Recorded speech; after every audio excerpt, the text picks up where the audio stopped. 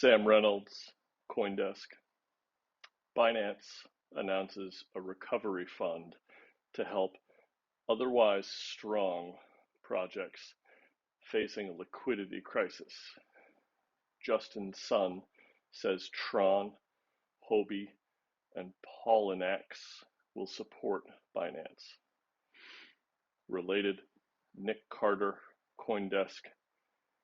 FTX's horrific collapse, the worst single event ever in crypto, will linger for years and shows why the industry needs to get serious about proving reserves.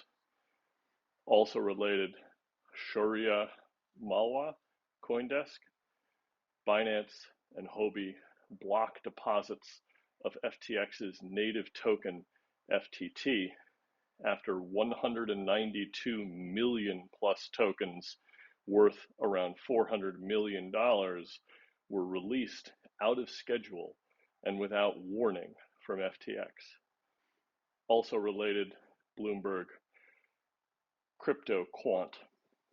Users removed net $3.7 billion in Bitcoin, $2.5 billion in Ether, and 2 billion plus in stablecoins from exchanges between November 6th and November 13th as FTX collapsed.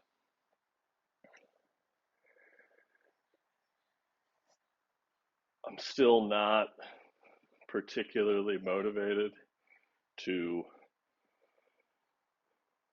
go build up some more thorough understanding of the crypto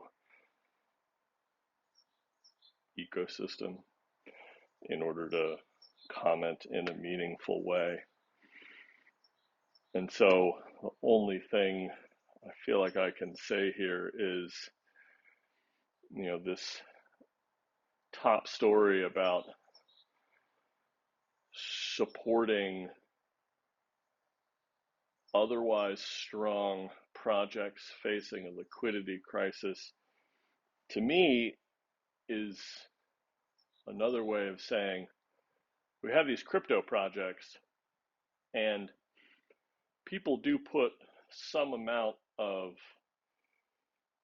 fiat value into the projects, but then the moment the project appears to change state from being a growth entity to a non-growth entity, those same depositors want their money back, hence a liquidity crisis.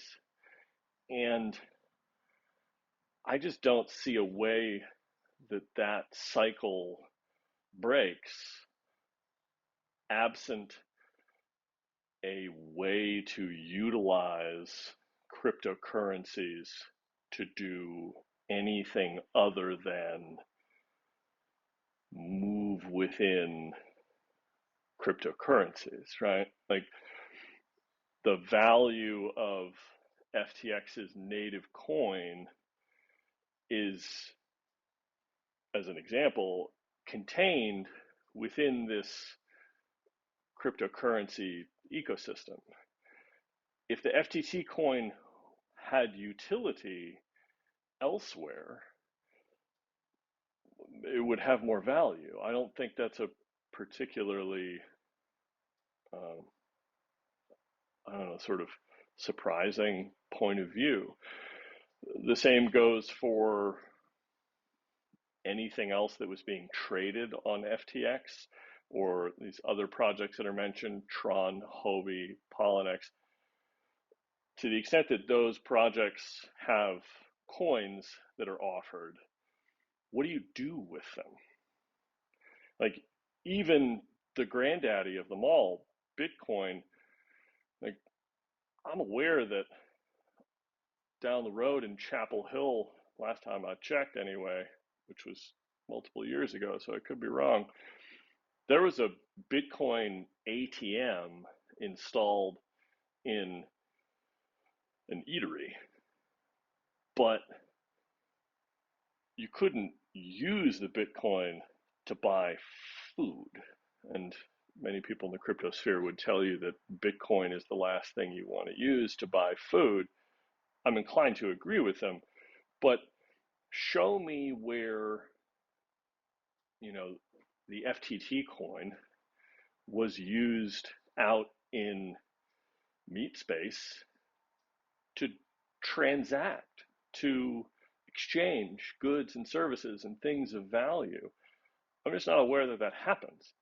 And again, I could be wrong. It could totally happen.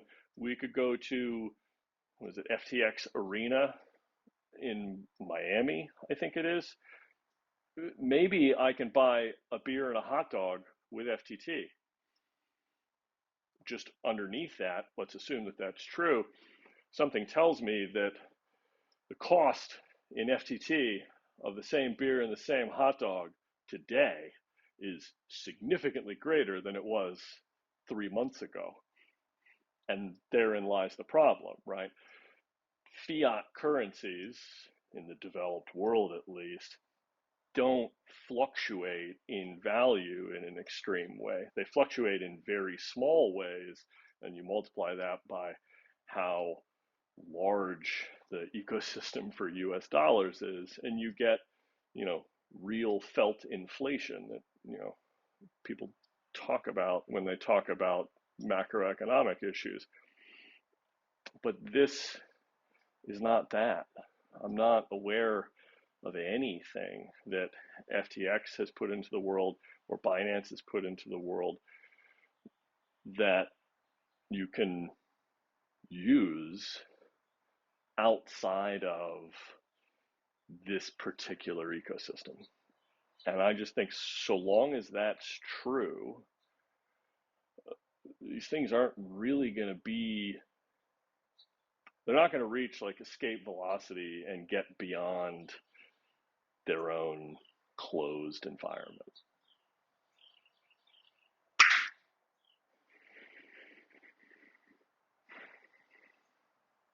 Brian Fung, CNN. Jeff Bezos says he plans to give away the majority of his $124 billion net worth, but offers few specifics. Bezos has been criticized for not signing the Giving Pledge.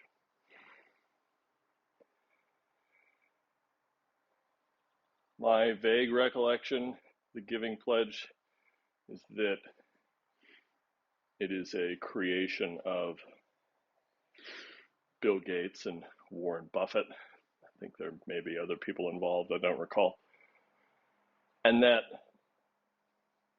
in its most simple form, all it says is the majority of your net worth should be in the hands of a philanthropic enterprise by the time you die. Even that last clause may not be accurate, but just that rather than creating a familial through line for all of the wealth, that it be put into the hands of people whose profession it is to find the most useful applications of those funds. Seems like a good idea. Certainly seems like a better idea than, creating another set of barons. Rockefeller is sort of a term of art at this point, but it refers to a family. And I do agree that it's better for us to not continue to live in that sort of a world, right? Where the Bezoses for the next 100 years are obscenely wealthy, or the Musks or the Gateses or anyone else. My issue, though, is there's this black box in the middle, which is what do these people do with their money while they're alive? There's, I do what I do in order to produce a lot of net worth, and then I kind of do whatever I want with it so long as I'm alive. And then maybe over time, like the twilight of my life, or if you look at Gates, like midpoint of his life, you start to publicly put that money to good use. And maybe this is the plebeian in me, but we have a system for putting an aspect of someone's earnings to good use. It's called taxation. Like, it's what allows us to have roads and fire departments and parks and schools and all the rest of it. And the investigative work which has been done over years into every person who has risen to such extraordinary levels of net worth tend to show a similar thing, which is these people do everything in their power to pay the minimum amount of tax that they're legally required to pay. You know, I'll recall Warren Buffett wrote an op-ed that was published in one of the major papers, Wall Street Journal, the New York Times, whatever, 15 plus years ago, where he pointed out how absurd it is that he, on sort of a per dollar basis, pays less in taxes than his executive assistant does. And that's simply a function of he's able to put his money into vehicles, which is to say real estate and other financial instruments, which don't have an annual tax burden associated with them. Yes, we should fix those things. Our legislature ought to fix those things. If I remember correctly, it was the same op-ed where Buffett suggested the really nice, idealistic concept of if Congress fails to meet certain performance conditions over the tenure of a particular Congress, then wouldn't it make sense that every member of that Congress is invalidated from re-election? Maybe that's a bit brute force, but you can envision a world where it's like, oh, you weren't able to pass a budget, you weren't able to, quote unquote, get enough done by whatever metric the people of the United States agree is enough. Therefore, you don't get to keep holding this job. But that's a real sort of pie in the sky thing. To me, you look at someone like Bezos, they got a net worth of over $100 billion. Rather than the giving pledge, who's going to write the pledge that says, I'm just going to publicize my tax returns? I'm going to endeavor to spend the most, to pay the most in taxes.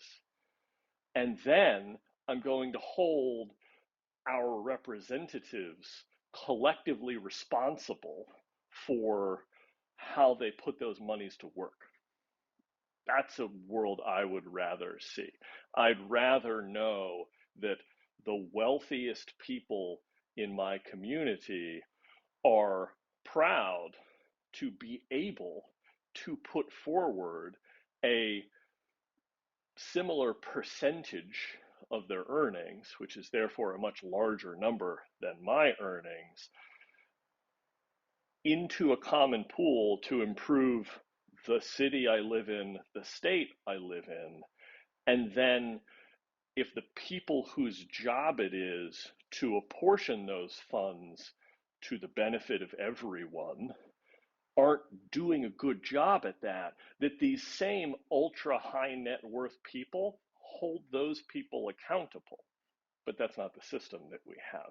And that, to me, is particularly aggravating and frankly sort of leaves a bad taste in my mouth when I think about things like the Giving Pledge, because it's just this remarkably convenient mechanism to look like you're doing a lot of good.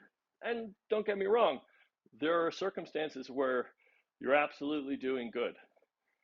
But are you making meaningful impact year after year after year toward the goal of raising the floor of experience for everyone? Or are you just sort of continuing this process of managing and preserving your wealth and then, in relative terms, arbitrarily deciding what problems that money should be deployed against? We have that system. It's called the representative democracy of the United States. Is it perfect? No. But I don't believe, or I should say, I don't agree that the response to the imperfection in how the American democracy apportions tax revenue is to instead keep all of your money yourself, availing yourself of any and every loophole that exists in the tax code, and then you deciding, or a staff of people that you hire and you put under an umbrella of your foundation, that incredibly small cadre of people, they all get to decide what's the single best use of this money. I don't know, man. I'd like the buses and trains and schools and parks to all be as stellar and sterling as they possibly can be in this place which so many people love to refer to as the greatest country in the world. But if what you want to do instead is sit on your money and then say, these people over here who don't have flushing toilets, we should spend a pile of money on them. Don't get me wrong. The world would be a better place if everyone had access to a clean and safe flushing toilet. It's not to say that that shouldn't get done. But I don't think that people with $100 billion in net worth are in sort of tyranny of or situations. But maybe I'm just naive. Richard Rushfield, the Ankler. Source: Michael Lewis shadowed Sam Bankman-Fried for the past 6 months, and CAA is pitching Lewis's yet-to-be-written book on FTX's collapse to Hollywood buyers.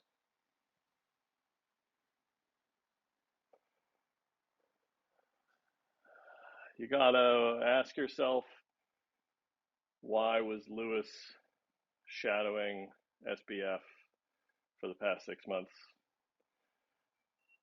I don't think logically we can say it's because FTX was about to fail. But the important thing here is that we get Adam McKay hooked onto this project because The Big Short on screen is a masterpiece, in my humble opinion. And that director working with this author's material, I just would love more of that art in the world.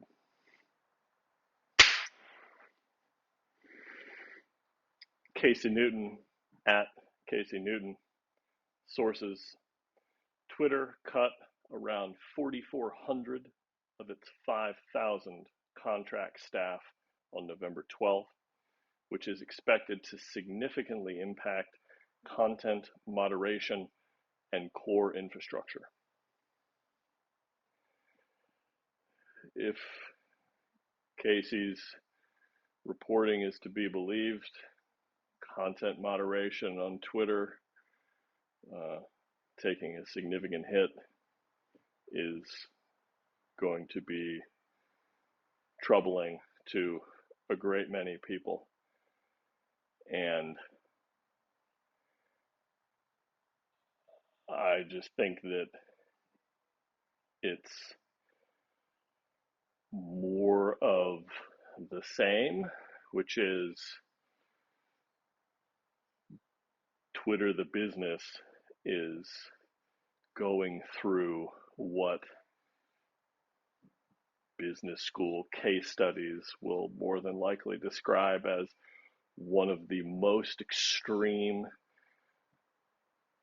overhauls in business history. Overhaul may imply some optimism, particularly coming from me, because I continue to be optimistic about Twitter's future. But I don't mean it that way in this particular context. Make no mistake, it is entirely possible that stripping away content moderation and core infrastructure support will take Twitter to a place where it may never recover from. And I don't know that I've spent a lot of time contemplating that here in my garage. So it's worth taking a moment to say, if Twitter dies, what happens? Something tells me, well, I'll put it this way. Where I am going to place my bet in the version of the future where Twitter truly dies, where it becomes so toxic that no one wants to spend time there, where it ceases to function adequately, no one wants to spend time there. In that world, I think something else, something different takes its place, something that has learned from observing all of the social media tools which have existed for effectively the last 20 years, and some net new tool comes into being.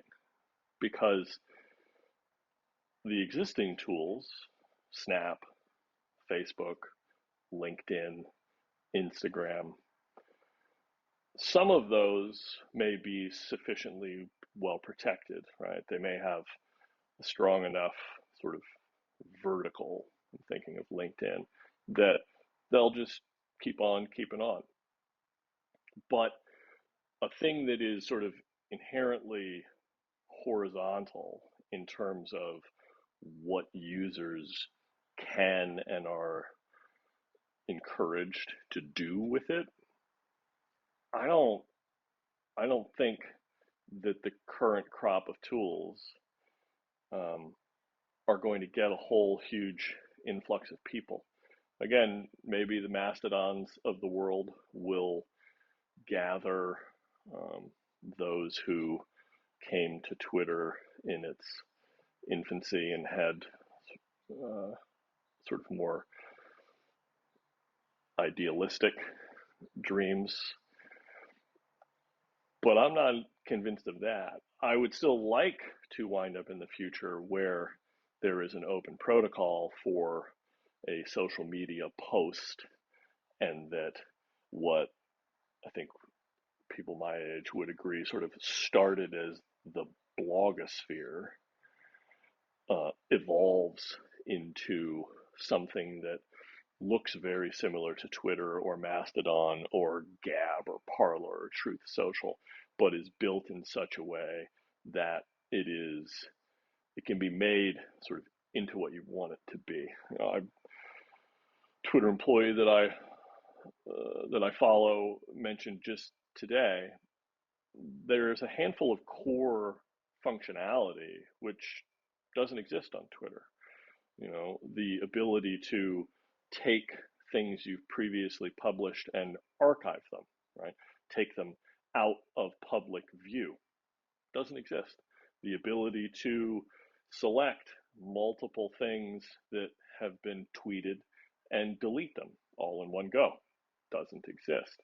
And the superficial argument is, well, that's counter to the incentives of the business. And so why would Twitter go build that?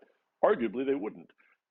In a world where it's a protocol at the baseline, anybody can go build a client that enables a user to manipulate the content that they've published in whatever way they see fit, because the protocol doesn't have an opinion, doesn't have a business incentive. So is content moderation and core infrastructure about to get gnarly? Maybe. But I don't think that in the event that those things contribute to sort of ultimate death of Twitter, that we're going to see something similar, which is to say, a platform which is owned and controlled by a business taking its place. I don't buy it. I don't think that's what's going to happen.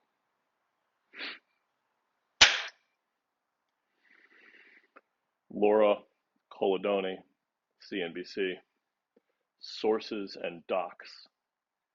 Elon Musk's SpaceX orders a large Twitter ad package promoting StarLink in a takeover in Spain and Australia that can cost $250,000 per day.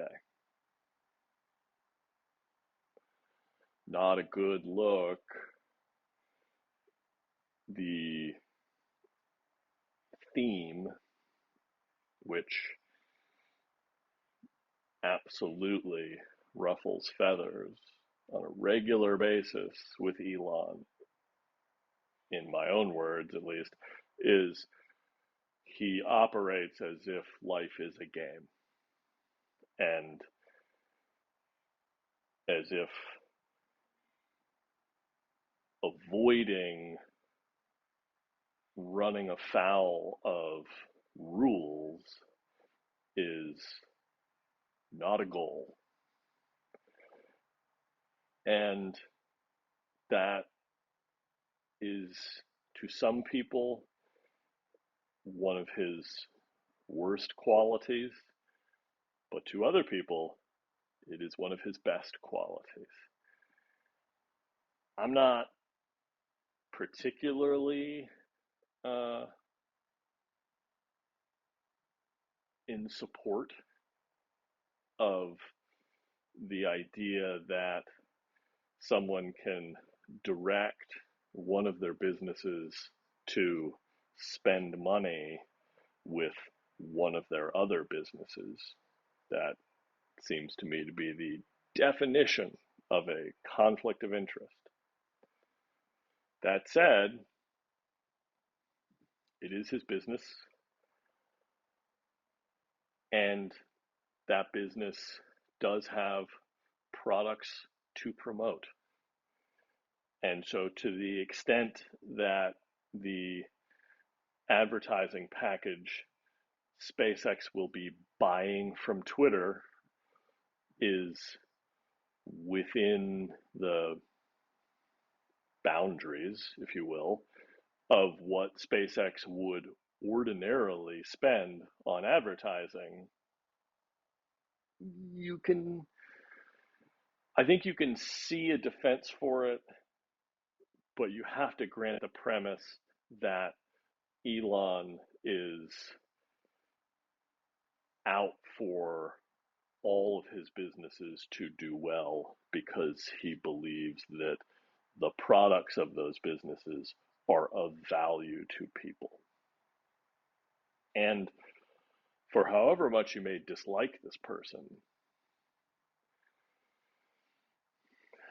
satellites that connect you to the internet, electric cars that don't require you to buy gasoline, battery packs that allow you to take your home off of the electrical grid, solar panels which allow you to charge those battery packs, and your automobile using the sun, and a platform where effectively any human being on the planet has the means to communicate to as many human beings on the planet who care to listen.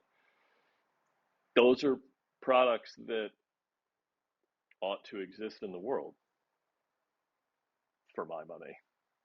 So I don't think there's a particularly strong ethical defense that one can make, but put yourself in, no, this is difficult. Put yourself in Elon's shoes. You just bought a business and it runs in no small part on advertising spend. You have another business which has an advertising budget. Why wouldn't you do what he's doing? Because it looks bad? Because the innumerable people on the sidelines will point and shout, unfair, dirty pool. If you operate in life as if it's all a game, would you care?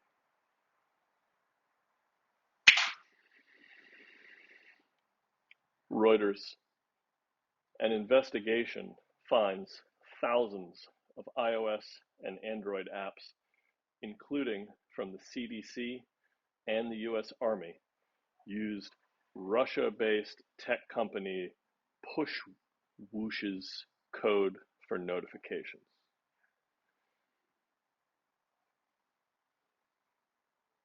Okay, maybe the Pushwoosh business has provided a backdoor for the Russian state into thousands of applications running on hundreds of millions, if not billions, of mobile devices all over the world. Maybe that backdoor is being actively utilized in order to monitor the behavior, the movements of the human beings that carry and use those modern computing devices. In which case, this is an extremely concerning investigation, or the result of this investigation is extremely concerning, particularly when you consider that the US Army and the US Center for Disease Control has developed and published software that may provide a backdoor to the Russian state.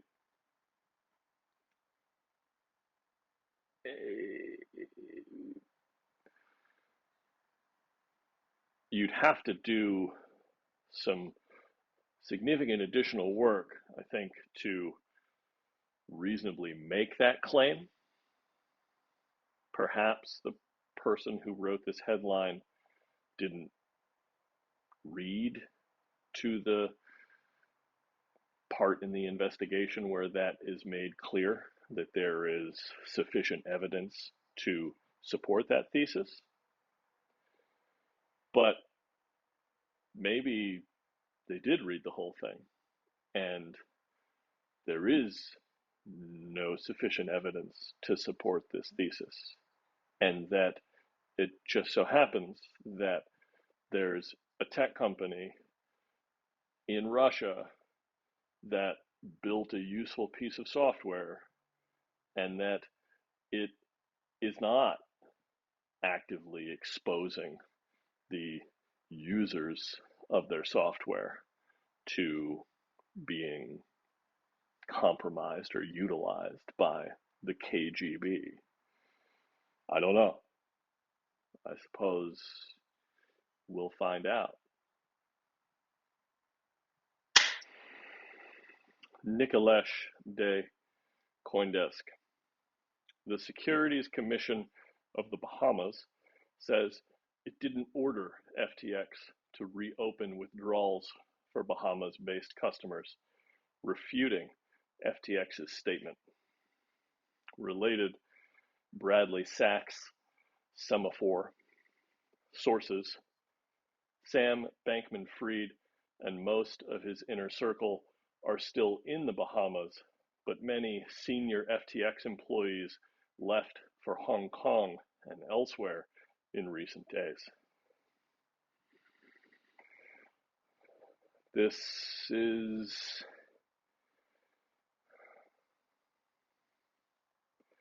it's going to play out. It's going to more than likely, at least I would wager, involve indictments. But I don't know that there's much more to say. There are many people better equipped than I am to offer postmortems and valuable insight. So I recommend you go find them. Benji Edwards, Ars Technica. DeviantArt announces DreamUp, a text-to-image generator based on Stable Diffusion, drawing intense criticism from its artist community. This is interesting. I mean, DeviantArt goes back to, DeviantArt might be older than I am. It's been around for ages and has a very special place in the hearts of many early users of the internet. And so the announcement that they are rolling out tools which enable people to do the things which many are criticizing as destroying what it means to create art is bold. And unfortunately, perhaps, I tend to be the sort of person that says, steer into the foul weather, steer into the difficulty. DeviantArt is either going to become populated with the product of computer-generated imagery against its will, or not. I mean, were they to do nothing, were DeviantArt to plant a flag and say, we have our principles, we have our way of doing things, and this new world where imagery is created in ways and with tools which are so different from the existing tool set as to be shocking. We want none of that. What would happen?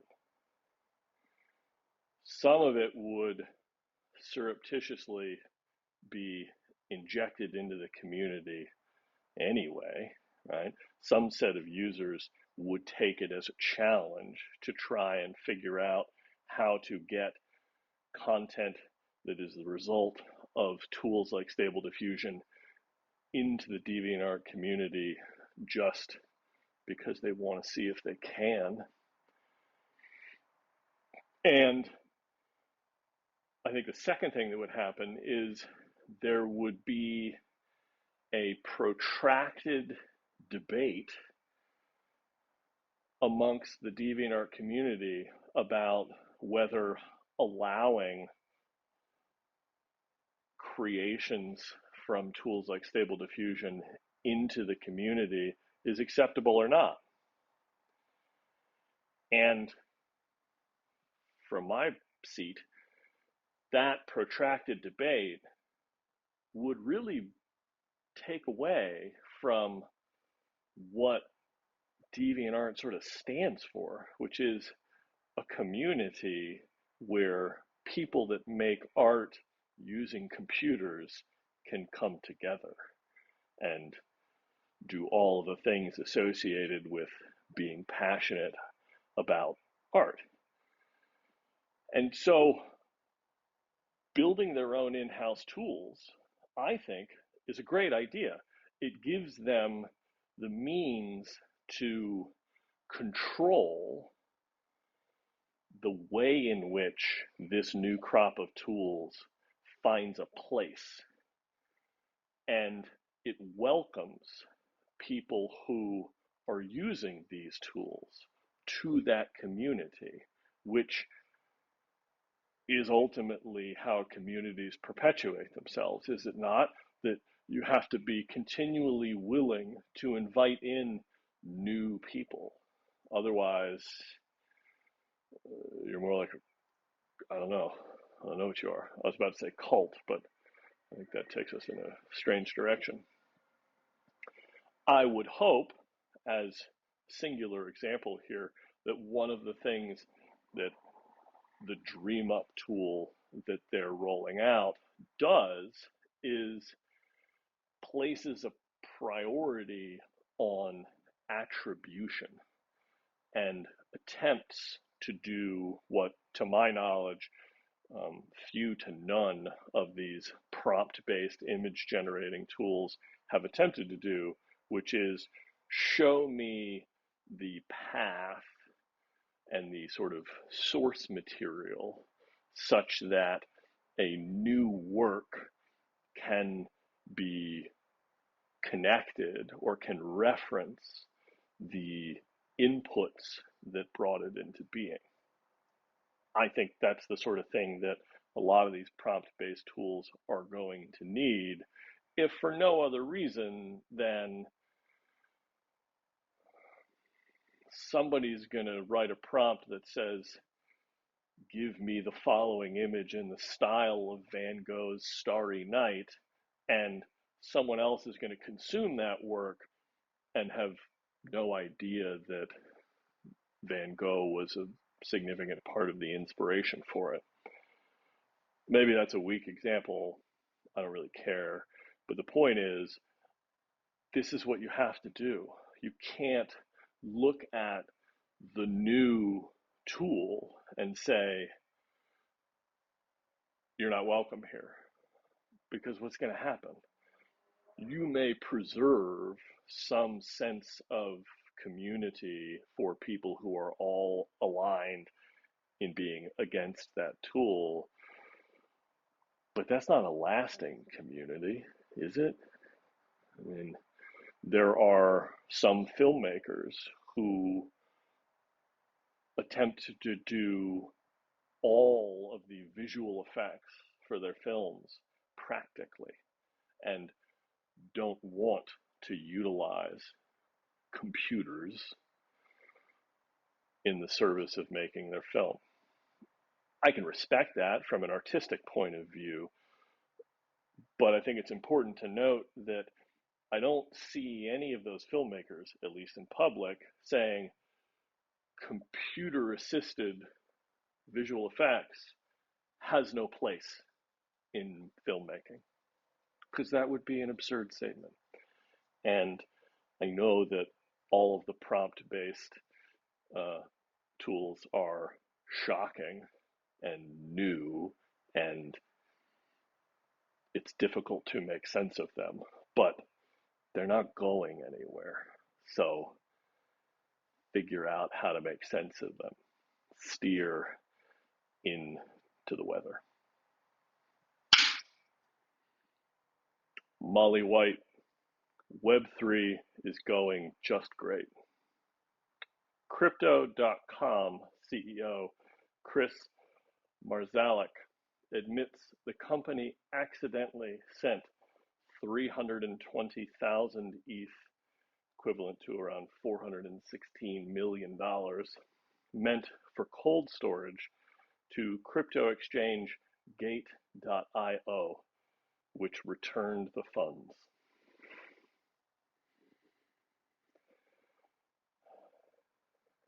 The web runs on computers which all have IP addresses, strings of digits broken by periods. We have DNS servers which list those IP addresses and then reference human readable addresses, domain names, URLs, and forward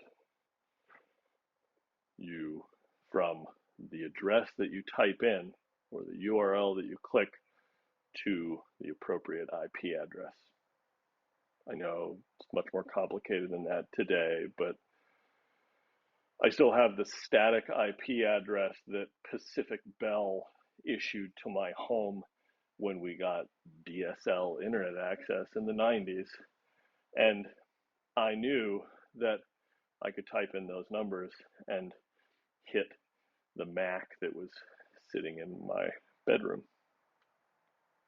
because I was that privileged kid. Cryptocurrency can't do that. You could not have a centralized listing of this wallet to this human readable address. It's sort of against the whole notion of there not being any gatekeepers or points of centralization.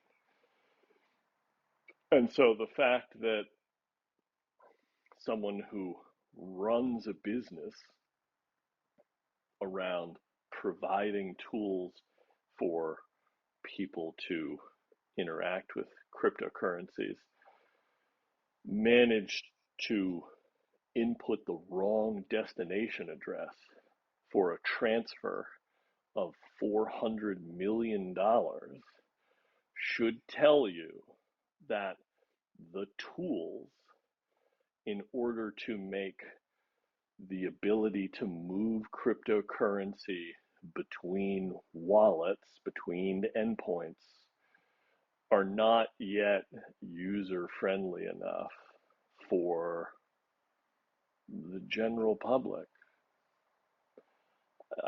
I know that's an incredibly broad statement to make, and I understand that there are adequate counter arguments, but by and large, is this not evidence that we're nowhere near ready for me to be able to get on my bicycle and go into town and use cryptocurrency to buy a sandwich? Seems that way to me. Josh Edelson, Bloomberg, interviews with dozens of Apple Store employees in 9 US cities show rising dissatisfaction thanks to increasing pressure to upsell, leading some to unionize.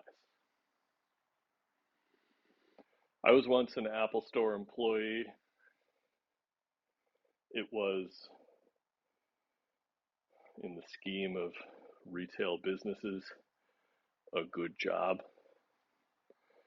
It was well aligned with my aptitudes and my interests. And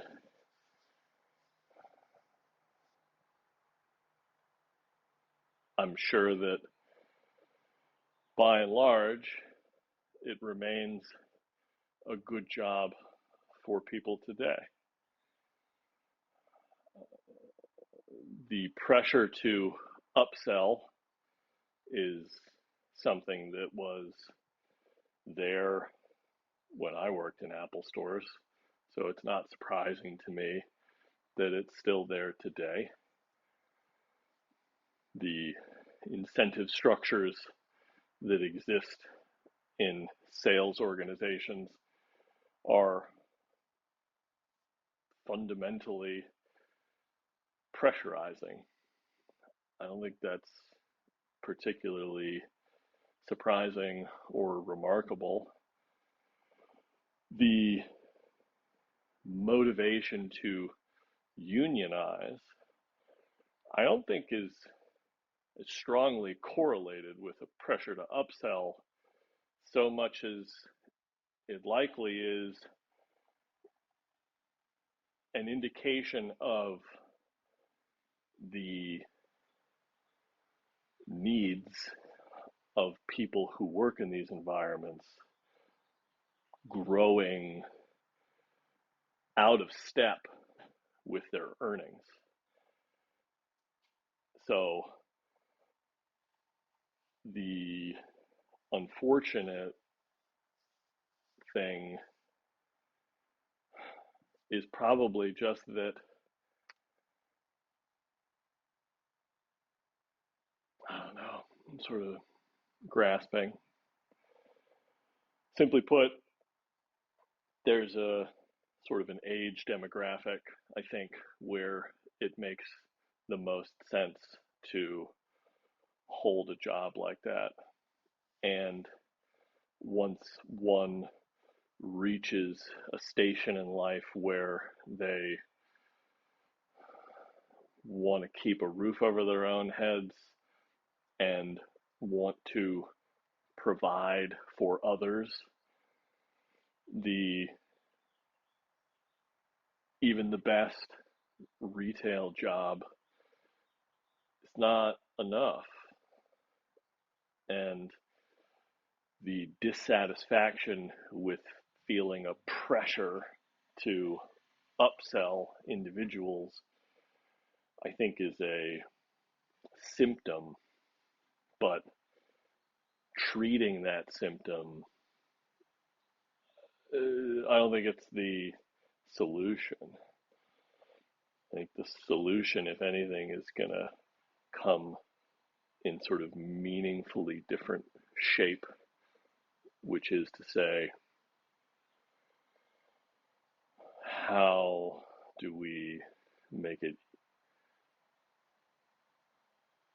more the case that a large number of people can hold a job like that of an Apple Store employee and not have a mortgage or a family or any of the other most typical aspirations of people in the world be out of reach? I think that's really the question. And I don't know whether or not the interviews with those Apple Store employees cover those things, but that's all I have to say.